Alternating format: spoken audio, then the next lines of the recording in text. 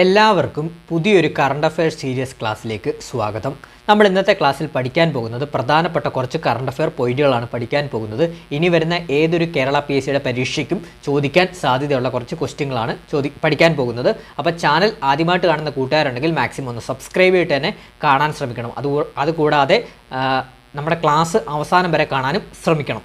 അപ്പോൾ നമുക്ക് ക്ലാസ്സിലോട്ട് കിടക്കാം. 2026 ഏതൊക്കെ അന്താരാഷ്ട്ര വർഷങ്ങളായാണ് ആചരിക്കാനാണ് UN തീരുമാനിച്ചത്? നമുക്കറിയാം യുണൈറ്റഡ് നേഷൻസ് ഓരോ വർഷങ്ങളിൽ പ്രധാന വർഷങ്ങളായിട്ട് ആചരിക്കാറുണ്ട്. അപ്പോൾ 2026 ഏതൊക്കെ അന്താരാഷ്ട്ര വർഷങ്ങളായി ആചരിക്കാനാണ് UN തീരുമാനിച്ചത്? 3 അന്താരാഷ്ട്ര വർഷങ്ങളായി ആചരിക്കാനാണ് യുണൈറ്റഡ് നേഷൻസ് ഈ വർഷം തീരുമാനിച്ചിട്ടുള്ളത്. ഏതൊക്കെയാണെന്ന് നോക്കാം. ഫസ്റ്റ് തന്നെ സുസ്ഥിര വികസന സന്നദ്ധ സേവകരുടെ അന്താരാഷ്ട്ര വർഷം, രണ്ടാമത്തേത് അന്താരാഷ്ട്ര കർഷക സ്ത്രീ വർഷം, മൂന്നാമത്തേത് മേച്ചിൽപ്പുറങ്ങളുടെയും ഇടയന്മാരുടെയും അന്താരാഷ്ട്ര വർഷം. കേട്ടോ, അപ്പോൾ പഠിച്ചു വെച്ചോളൂ. 2026 UN ഏതൊക്കെ അന്താരാഷ്ട്ര വർഷങ്ങളായി ആചരിക്കാനാണ് തീരുമാനിച്ചിട്ടുള്ളത്? ഒന്നാമത്തേത് സുസ്ഥിര വികസന സന്നദ്ധ സേവകരുടെ അന്താരാഷ്ട്ര വർഷമാണ് 2026. അന്താരാഷ്ട്ര കർഷക സ്ത്രീ വർഷമാണ് 2026. മേച്ചിൽപ്പുറങ്ങളുടെയും ഇടയന്മാരുടെയും അന്താരാഷ്ട്ര വർഷം കൂടിയാണ് 2026. വളരെ ഇമ്പോർട്ടൻ്റ് ആണ്. ഇനി വരുന്ന പരീക്ഷകളിൽ 1 മാർക്ക് ഈ ഒരു UN അന്താരാഷ്ട്ര വർഷങ്ങളിൽ നിന്ന് പ്രതീക്ഷിക്കാം. അപ്പോൾ 1 മാർക്ക് പ്രതീക്ഷിക്കാം. കേട്ടോ, ഇപ്പോഴേ അങ്ങ് പഠിച്ചു പോകണം. ഞാൻ ഒന്നുകൂടെ പറയാം. 2026 UN അന്താരാഷ്ട്ര വർഷങ്ങളായിട്ട് ആചരിക്കാൻ തീരുമാനിച്ച എന്തിനൊക്കെയാണ്? ഒന്നാമത്തേത് സുസ്ഥിര വികസന സന്നദ്ധ സേവകരുടെ അന്താരാഷ്ട്ര വർഷം, രണ്ടാമത്തേത് അന്താരാഷ്ട്ര കർഷക സ്ത്രീ വർഷം, മൂന്നാമത്തേത് മേച്ചിൽപ്പുറങ്ങളുടെയും ഇടയന്മാരുടെയും അന്താരാഷ്ട്ര വർഷം. ക്ലിയർ ആണ്? ഇനി നമുക്ക് അടുത്ത പോയിന്റിലോട്ട് പോവാം. ഇന്ത്യയിലെ ആദ്യത്തെ എനർജി മ്യൂസിയം നിലവിൽ വരുന്നത് എവിടെയാണ്? പാട്നയിലാണ്. കേട്ടോ, ഈ പാട്ന എവിടെയാണെന്നറിയാലോ? ബീഹാറിലാണ്. അപ്പം ബീഹാറിൻ്റെ ക്യാപിറ്റലല്ലേ പാട്ന. അപ്പോൾ പഠിച്ചു വെച്ചോളൂ. ഇന്ത്യയിലെ ആദ്യത്തെ എനർജി മ്യൂസിയം നിലവിൽ വരുന്നത് എവിടെയാണ്? പാട്നയിലാണ്. കേട്ടോ, പാട്ന പഠിച്ചു വെച്ചോളൂ. പാട്നയിലാണ്. അടുത്ത പോയിന്റ് നോക്കാം. ഒരു രാജ്യം ഒരു തെരഞ്ഞെടുപ്പ് നടപ്പിലാക്കുന്നതിന് വേണ്ടിയുള്ള 129ാമത് ഭരണഘടനാ ഭേദഗതി ബില്ലും മറ്റ് അനുബന്ധ ബില്ലുകളും പരിശോധിക്കുന്ന സംയുക്ത പാർലമെന്ററി സമിതിയുടെ അധ്യക്ഷൻ ആരാണെന്നാണ് ചോദിച്ചിരിക്കുന്നത്. നല്ലൊരു ചോദ്യമാണ്. PP ചൗധരിയാണ്. കേട്ടോ, അപ്പോൾ ഇനി വരുന്ന പരീക്ഷകളിൽ 1 മാർക്ക് ഉറപ്പിക്കാവുന്ന ഒരു ചോദ്യം കൂടിയാണ് PP ചൗധരിയുമായിട്ട് ബന്ധപ്പെട്ട ചോദ്യം. അപ്പം പഠിച്ചു വെച്ചോളൂ. നമുക്കറിയാം നമ്മുടെ ഈ ഒരു മോദി സർക്കാർ വന്നതിന് ശേഷം അവർ ഒരു കാര്യം പറഞ്ഞിരുന്നത് എന്താണ്? ഒരു രാജ്യം ഒരു തെരഞ്ഞെടുപ്പ് നടപ്പിലാക്കുമെന്ന് പറഞ്ഞു. അതുമായിട്ട് ബന്ധപ്പെട്ട ഒരു ഭരണഘടനാ ഭേദഗതി ആണ് ഈ ഒരു ചോദ്യം വരുന്നത്. അപ്പോൾ പഠിച്ചു വെച്ചോളൂ.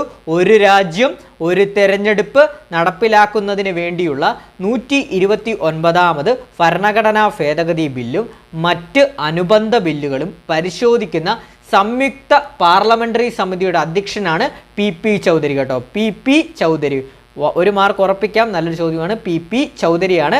എന്താണ് പറഞ്ഞത്? ഒരു രാജ്യം ഒരു തെരഞ്ഞെടുപ്പ് നടപ്പിലാക്കുന്നതിന് വേണ്ടിയുള്ള 129 ഭരണഘടനാ ഭേദഗതി ബില്ലും അതുപോലെ തന്നെ മറ്റ് അനുബന്ധ ബില്ലുകളും പരിശോധിക്കുന്ന സംയുക്ത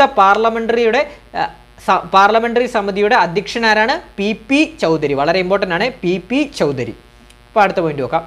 സിൽവർ ലൈനു പകരമായി സംസ്ഥാന സർക്കാർ കൊണ്ടുവരുന്ന പുതിയ റെയിൽവേ പദ്ധതി ഏതാണ്? റാപ്പിഡ് റെയിലാണ്. കേട്ടോ, അപ്പോൾ നമുക്കറിയാം സിൽവർ ലൈൻ പദ്ധതിയൊക്കെ വളരെയധികം വിവാദമായ ഒരു പദ്ധതിയാണ് നമ്മുടെ കേരളത്തിൽ. അപ്പോൾ അതിന് പകരം വേറൊരു സംസ്ഥാന സർക്കാർ കൊണ്ടുവരുന്ന പുതിയ പദ്ധതിയാണ് റാപ്പിഡ് റെയിൽ. കേട്ടോ, അപ്പോൾ ഞാൻ ഒന്നുകൂടെ പറയാം. സിൽവർ ലൈനിനു പകരമായി സംസ്ഥാന സർക്കാർ കൊണ്ടുവരുന്ന പുതിയ റെയിൽവേ പദ്ധതിയുടെ പേരാണ് റാപ്പിഡ് റെയിൽ. കേട്ടോ, റാപ്പിഡ് റെയിൽ. അടുത്ത പോയിന്റ് നോക്കാം. കേരളത്തിലെ മികച്ച കായിക താരത്തിനുള്ള 37ാമത് ജിമ്മി ജോർജ് അവാർഡ് ലഭിച്ച ട്രിപ്പിൾ ജംപ് താരമാരാണ്? എൽദോസ് പോൾ ആണ്. കേട്ടോ, വളരെ ഇമ്പോർട്ടൻ്റ് ആണ്. എൽദോസ് പോൾ ആണ്. അപ്പോൾ എന്താണ്? കേരളത്തിലെ മികച്ച കായിക താരത്തിനുള്ള 37ാമത് ജിമ്മി ജോർജ് അവാർഡ് ലഭിച്ച ട്രിപ്പിൾ ജംപ് താരമാരാണ്? എൽദോസ് പോൾ ആണ്. കേട്ടോ, എൽദോസ് പോൾ ആണ്. ട്രിപ്പിൾ ജംപ് താരമാണ് അദ്ദേഹം, എൽദോസ് പോൾ. അടുത്ത വളരെ ഇമ്പോർട്ടൻ്റ് ആണ്. ഇന്ത്യയിലെ ആദ്യ വന്യജീവി സൗഹൃദ ദേശീയപാത എവിടെയാണെന്ന്? NH45 ആണ്. കേട്ടോ, NH45 ആണ്. ഇന്ത്യയിലെ ആദ്യ വന്യജീവി സൗഹൃദ ദേശീയപാത ഏതാണ്? NH45 ആണ്, അഥവാ NH45 ആണ് ഇന്ത്യയിലെ ആദ്യ വന്യജീവി സൗഹൃദ ദേശീയപാത. നല്ലൊരു ചോദ്യമാണ്. അടുത്ത പോയിന്റ് നോക്കാം. വന്യജീവി സംഘർഷം ലഘൂകരിക്കാൻ തേനീച്ച കൂടുകൾ സ്ഥാപിക്കുന്ന വനം വകുപ്പിന്റെ പദ്ധതിയുടെ പേരെന്താണ്?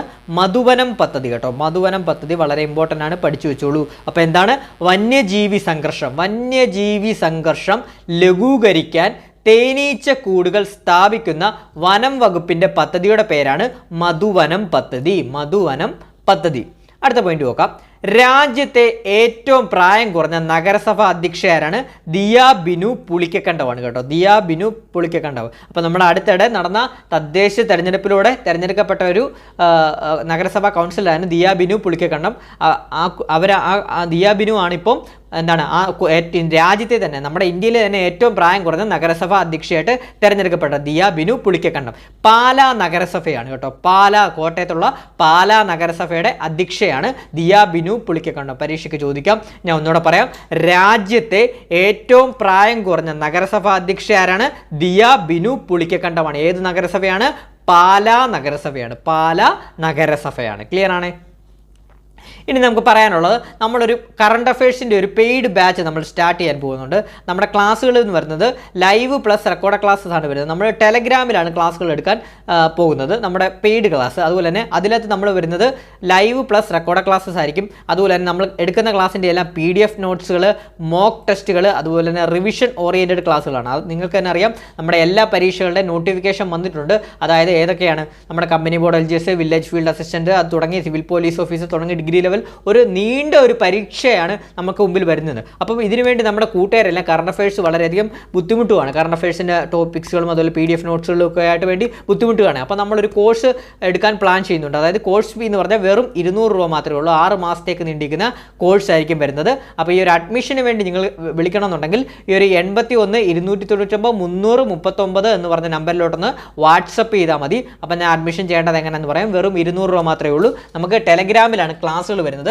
ലൈവ് പ്ലസ് റെക്കോർഡ് ക്ലാസ് ആണ്. നമ്മൾ എല്ലാ ദിവസവും വൈകുന്നേരം, അതായത് ഞായറാഴ്ച മുതൽ നമ്മൾ സ്റ്റാർട്ട് ചെയ്യാനാണ് പ്ലാൻ ചെയ്യുന്നത്. അതായത് ജനുവരി 11 മുതലാണ് നമ്മൾ ക്ലാസ് ഈ ഒരു ബാച്ച് സ്റ്റാർട്ട് ചെയ്യുന്നത്. ജനുവരി 11 മുതൽ എല്ലാ ദിവസവും വൈകുന്നേരം ആകുമ്പോൾ എല്ലാവരും ഫ്രീ ആയിട്ടിരിക്കുന്ന സമയമുള്ളൂ. എല്ലാ ദിവസവും വൈകുന്നേരം ഒരു 7:30 മുതൽ 8:30 വരെ ഒരു 1 hour ലൈവ് ക്ലാസ് ആയിരിക്കും ഉണ്ടായിരിക്കുന്നത്. ആ ക്ലാസ്സിന് കയറാൻ സാധിച്ചില്ല എങ്കിൽ നമ്മളുടെ റെക്കോർഡർ സെക്ഷൻ ആ ഒരു ഗ്രൂപ്പിൽ ഇടുന്നതാണ്. അതുപോലെ തന്നെ PDF നോട്ട്സ്, നമ്മൾ എടുക്കുന്ന എല്ലാ ക്ലാസ്സിൻ്റെ PDF നോട്ട്സ് നിങ്ങൾക്ക് അതിനകത്ത് കിട്ടുന്നതാണ്. അതുപോലെ തന്നെ മോക്ക് ടെസ്റ്റുകൾ നമ്മളെ കറണ്ട് അഫയേഴ്സുമായിട്ട് ബന്ധപ്പെട്ട മോക്ക് ടെസ്റ്റുകൾ നമ്മൾ ആ ഗ്രൂപ്പിൽ പോൾ ചെയ്യപ്പെടുന്നതാണ്. എല്ലാ വീക്കിലി മോക്ക് ടെസ്റ്റുകൾ പോൾ ചെയ്യപ്പെടുന്നതാണ്. അതുകൂടാതെ തന്നെ റിവിഷൻ ക്ലാസ് ആയിരിക്കും. പരീക്ഷയുമായിട്ട് exam oriented current affairs class ആയിരിക്കും നമ്മൾ എടുക്കുന്നത്. ഓരോ ടോപ്പിക് വൈസ് ആയിട്ട് എക്സാം ഓറിയൻറ്റഡ് ആയിട്ടായിരിക്കും എടുക്കുന്നത്. അതുപോലെ തന്നെ ഇതിൻ്റെ ഒരു കോഴ്സ് ഫീ എന്ന് പറഞ്ഞാൽ 200 രൂപ, വെറും 200 രൂപ മാത്രമേ ഉള്ളൂ ഈ കോഴ്സ് ഫീ വരുന്നത്. ജനുവരി 11, അതായത് ഈ വരുന്ന ഞായറാഴ്ച മുതലാണ് നമ്മൾ ബാച്ച് സ്റ്റാർട്ട് ചെയ്യുന്നത്. അപ്പം താല്പര്യമുള്ള കൂട്ടുകാരുണ്ടെങ്കിൽ ഈ ഒരു നമ്പറിലേക്ക് 81 299 339 എന്ന് പറഞ്ഞ നമ്പറിലേക്ക് വാട്സപ്പ് ചെയ്താൽ മതി. അപ്പം ഞാൻ അതിൻ്റെ അഡ്മിഷൻ്റെ പ്രൊസീജിയറും ഡീറ്റെയിൽസും എല്ലാം പറഞ്ഞു തരുന്നതാണ്. അപ്പോൾ ടെലഗ്രാമിലാണ് ക്ലാസ്സസ് വരുന്നത്. അപ്പം നമ്മളൊരു ബാച്ച് തുടങ്ങുന്നുണ്ട്. അപ്പോൾ അതുകൊണ്ട് നിങ്ങളെ കൂടി അറിയിച്ചതാണ്. താല്പര്യമുള്ള കൂട്ടുകാർ ഈ ഒരു നമ്പറിലോട്ട് വാട്സപ്പ് ചെയ്താൽ മതി. അപ്പോൾ നമുക്ക് നോക്കാം, അടുത്ത പോയിന്റ് നോക്കാം. 2025 എർത്ത് സമ്മിറ്റ് വേദി എവിടെയാണ്? ഗാന്ധിനഗറാണ് കേട്ടോ. ഗാന്ധിനഗർ. അപ്പോൾ പഠിച്ചു വെച്ചോളൂ. 2025 എർത്ത് സമ്മിറ്റ് വേദി എവിടെയാണ്? ഗാന്ധിനഗർ, ഗുജറാത്തിലായിരുന്നു. ലോകത്തിലെ ഏറ്റവും ഉയരം കൂടിയ യുദ്ധ സ്മാരകം എവിടെയാണ്? ഗാൽവൻ വാലിയാണ് കേട്ടോ. ഗാൽവൻ വാലി, ലഡാക്കിലാണ് ഗാൽവൻ വാലി. അപ്പോൾ എന്താണ് ലോകത്തിലെ ഏറ്റവും ഉയരം കൂടിയ യുദ്ധ സ്മാരകം ഏതാണ്? ഗാൽവൻ വാലിയാണ്, ലഡാക്കിലാണ്.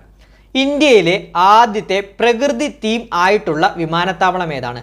ലോകപ്രിയ ഗോപിനാഥ് ബർദോളി വിമാനത്താവളം ഗുവാഹത്തിയാണ് കേട്ടോ. അപ്പോൾ ഇന്ത്യയിലെ ആദ്യത്തെ പ്രകൃതി തീം ആയിട്ടുള്ള, അതായത് നേച്ചർ തീമായിട്ടുള്ള വിമാനത്താവളം ഏതാണ്? ലോകപ്രിയ ഗോപിനാഥ് ബർദോളി വിമാനത്താവളം ഗുവാഹത്തിയാണ്.